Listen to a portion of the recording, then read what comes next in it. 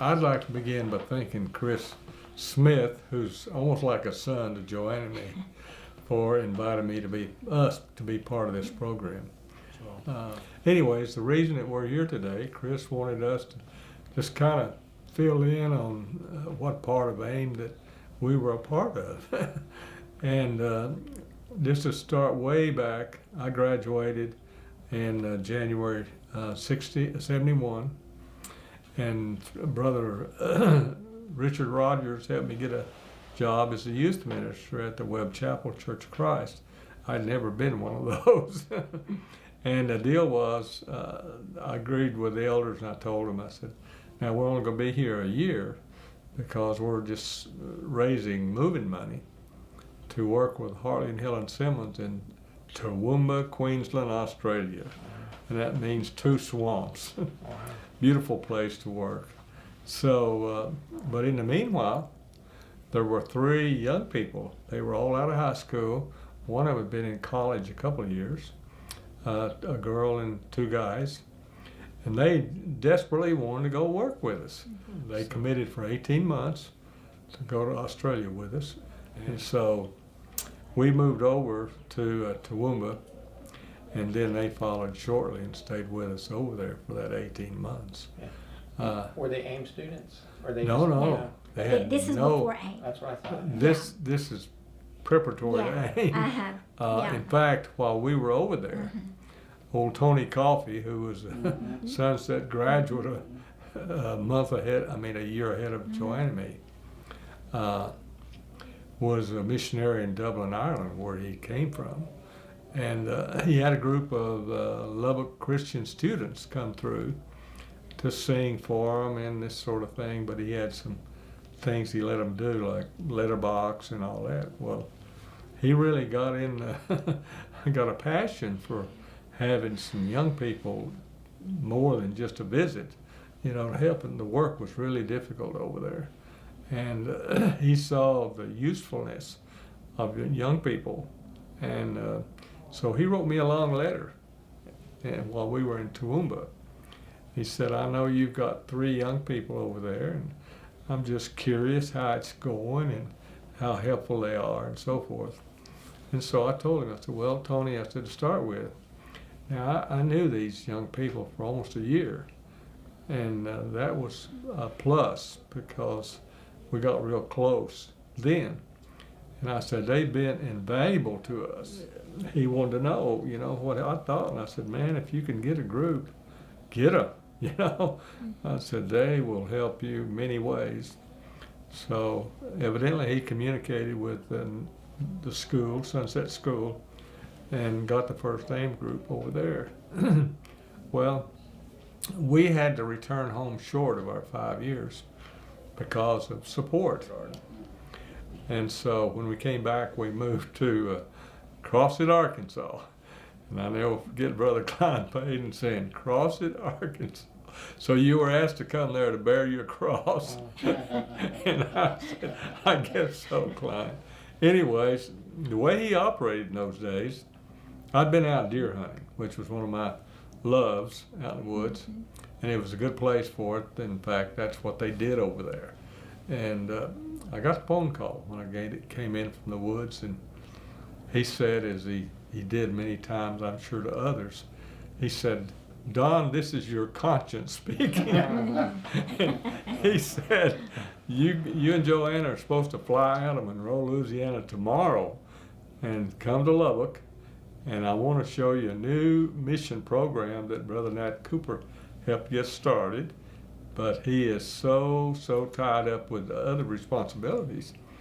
He said, we really need somebody as a full-time director. So I visited both of my elders and explained to them. I said, I really don't know what it's about, but I would like to go and check it out. And so they said, Don, it sounds like a good opportunity for you. Go ahead. But anyway, so I called Klein back and I said, we'll see you sometime tomorrow. So we drove to Monroe and got the tickets that he'd already bought and flew to Lubbock. Anyways, the next morning, he said, we got a meeting down at the American State Bank. Klein said, I'll take no for an answer. I won't take no for an answer. And he writes out on this little piece of napkin, which he often did, the entire contract for me to come and be the director of AIM. And so I had it for years. I hope I still do. So he said, go back and tell your elders. Yeah. You're moving here, you know, and I mean immediately. So we flew So we back went home and started packing. we had a Ford Pinto. Pinto. A Ford Pinto Sorriest station thing they wagon. ever made. Yeah. We had it packed with our clothes, and Amy and Rayanne and a dog and a bird. And a bird. Yeah. So, And Rayanne and Amy barely had room in the back seat. yeah, that was January of 1977. Yeah, Yeah. that's when we really got cranking Yep. with AIM. And they had a class that was just about to graduate. That was their last month. And the majority of them were going down to Medellin, Colombia to work.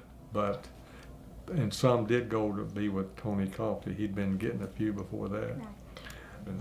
We sent 16 down there. That was one of the largest groups, I think, that I sent out. Yeah. 8 boys and 8 girls. Wow. Yeah, and they, of course, we cautioned them about everything, and the girls took the mace guns, and because those Latin lovers, you know. Then that was the class that I'd only spent a month with, and then they started coming. Now we had 2 sessions a year. You only have one, right? Well, see, I talked to Brother Klein several times. I said, Klein, it's hard to get these students and get them prepared and moved, and and he wouldn't hear of it. It wasn't long after we moved to Dundee, Scotland. They went to one program a year, Yeah. and that was while Rex was still there, I'm sure. Nat, of course, that was his baby, and he got the thing moving. But he had so many other duties, teaching and so forth, that Brother Klein thought, well, we need a full-time director, which he was dead right on that. And so that's when they contacted me. And I don't know if it's in a record book or not, but we were really the first full-time director. All the teachers had the same salary, but you had to raise it for the most part. And then I wound up now on my little napkin from Klein. He said, I want to see that. Yeah, I'm going to look for it. I'm going to look for that napkin. That needs to be in a glass frame. It does. It does. he said, Don, you won't have to help the You won't have to raise students support. coming to raise their support. But Well, you know better than that. And he also said, you won't have to raise support. Yeah. That your support is going to be provided. Anyways, Yeah. well, first I had to go out and recruit them. Yeah. You know, and then get them there. He and was then a great help 'em. recruiter. I'm telling you, he was awesome. Then you had to help them get settled in their Yeah. home and all of that. And of course, in the meanwhile, you're trying to help them raise support as well. So it was a pretty busy job, as you guys will attest to that. Now, Joanne worked at Tech when I started there to help us put food on the table. And then later on, she became the AIM secretary. Did you guys ever have any like big obstacles or even criticism? Like, because that was kind of when the program was getting going. Yeah, the big thing though, when I started, was helping get support for girls. Yeah. Brotherhood did not believe that girls ought to do this, you know, and so that was a big one there. Yeah. But we kept after it, and eventually they began to see, you know, that there was some value in these young ladies going through. You said something to the idea of the time you guys worked with AIM was kind of a highlight of your life, or something like that. So why do you say that? What about it makes you look back at it that way? The way it changed the lives of young people, causing them to wanting to be full-time workers in the kingdom. Right. And the spiritual growth that we saw in these young people. Well, first of all, the training they get at Lubbock, and secondly, going somewhere, you know, in a foreign field somewhere, and seeing how people of the rest of the world do, you know, and the privileges they've got here that don't exist over there. So there's so many benefits to it, and yeah, it was an experience for both of us, and especially me, that I'll always hold near and dear. So how did y'all decide who went where? Because that takes us a month to do that now. Yeah. So what did that look like back then? Well, we had requests from resident missionaries, and but we found out the group was too large. We were sending out too large groups, for one thing. But whatever, we tried to get the resident missionary that wanted them to come to Sunset, you know, because we wanted to meet them and get acquainted and all that stuff. They usually just kind of link together where they wanted to go, and then, you know, of course we'd have to have a request. Did you have to tell AIM students that no, you can't go there? They wanted, like, if too many wanted to go to Africa or Well, Scotland. see, in my day, they think did you ever limit did. the number. It just, Yeah, that's. I don't remember. If you could go backwards and do it again, would you? you Absolutely, definitely. absolutely. Oh. And we would do Yeah. more. Well, we would do of course, more. you'd always do things differently. We too, would work but- together more. If we had been older, we both would have been right in there together. And we were anyway, because with me being the AIM secretary, and everybody came to our house. I mean, our house, we were mom and pop, you know, and they were over there all the time. Ryan would bring kids over to do washing and stuff like that, you know. I mean, you two worked together. Don didn't have anyone working with him, and he went through the 2 groups a year. And Well, he, Chris Quinn later. yeah, but that was later. Yeah, quite a bit But later. I think it probably was the first couple of years that Don worked with AIM, and he did it, you know, with the Well- Lord's help, you know. Yeah. And Brother Klein just couldn't see that that was too much. Yeah. And Too then one much. day, we got word from the lady that kept the books that mentioned something about Don's support was going to be cut, and he was going to have to start raising support. And here we were struggling anyway. And he come home and he was practically in tears. And he says, Well, "What that are we lady, gonna do?" the You know, payroll lady, so- I can't remember her name. That was one of the struggles. I that we went had. in there to get my little Yeah. bit, and she said, "Oh, you're not getting No, anything." no. And I thought, And we wow. thought, oh, please, What am I gonna do? we got to buy groceries. Yeah, You know, yeah, that was a tough one. it was really tough. So I'm curious, but Yeah. you mentioned Klein. So did Klein ever talk to you about? I mean, was it obvious or clear, like what he thought of AIM getting started, and you know, as it started progressing and growing? He loved it. He really did. He loved the AIM students. He could see the future. Yeah, You know, he could see the beyond benefit the immediately little, and then the later. little mustard seed. He could see. Yeah, He had vision. That guy was a vision-minded man. He could see the mountains that this was going to grow into. Being in that role now yeah. as AIM director, kind of got a feel for what it was like for you guys just a little bit. Although I think it was probably worse for you because, like I said, you guys had 2 classes a year. Yeah. It was only you for a lot of that time. Yeah, I don't know how you did that. yeah. But knowing all that, I have to say, wow, I'm so glad that you guys chose to do that. That you even I guess the only thing I regret to some degree, although we weathered it, was I had to be gone a lot, recruiting and traveling, and I always took some AIM students when they could go and stuff. But you know, I was away from enjoying the girls too much, really, yeah. and that was a critical age for them too. So For all of us. yeah. But that's the only thing I would regret. Yeah. Well, I would just say thanks for That's right. putting up with all of us, for struggling with support, to Yeah. you know, all the headaches that go with it. Because if there wasn't somebody willing to do all of that, Yeah. I know for me, it wouldn't have been possible. Yeah. And Right.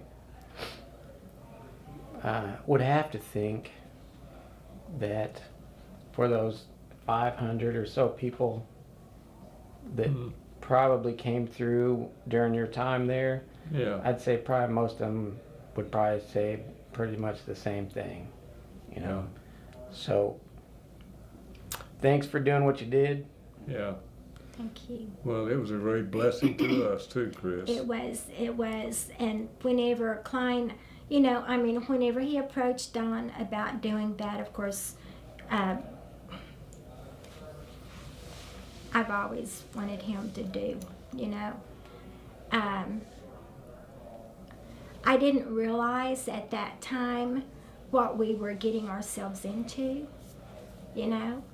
Yeah. But it ended up the greatest blessing that we have ever gone through in our ministry. I mean, we will never forget that, and the impact that the Lord gave us to have on so many young people, you know, and what they have accomplished.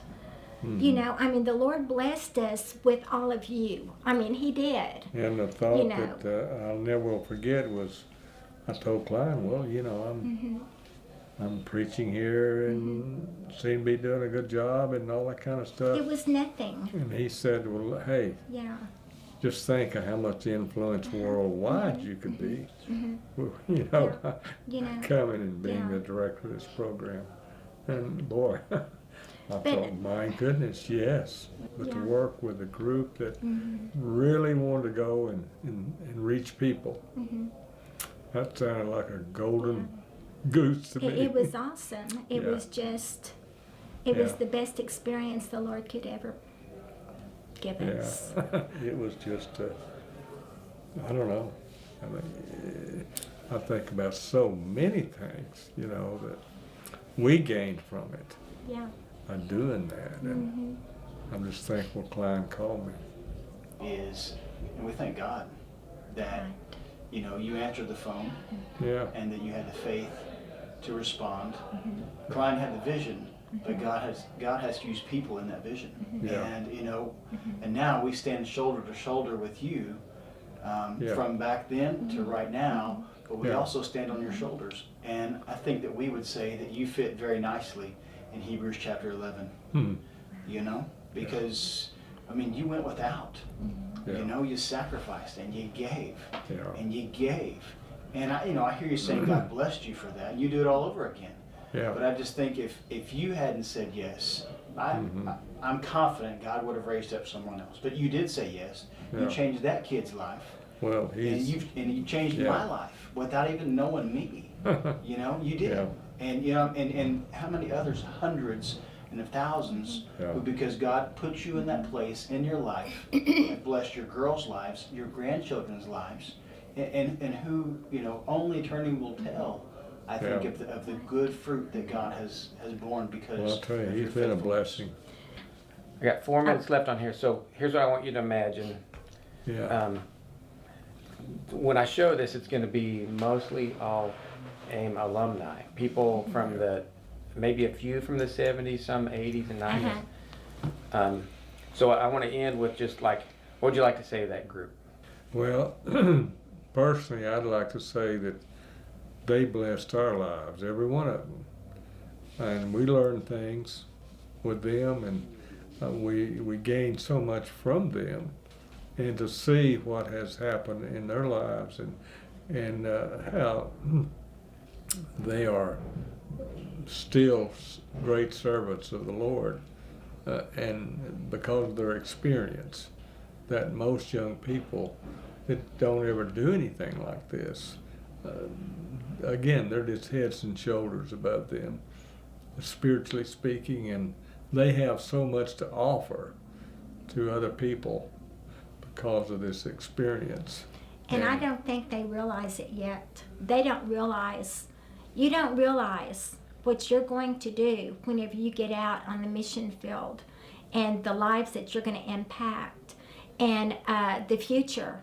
You know, it may just be a seed right now that's growing, but you know, I mean, they're going to see maybe 5, 10, 15 years from now what that little seed that they planted in that heart Oh, yeah. has grown to.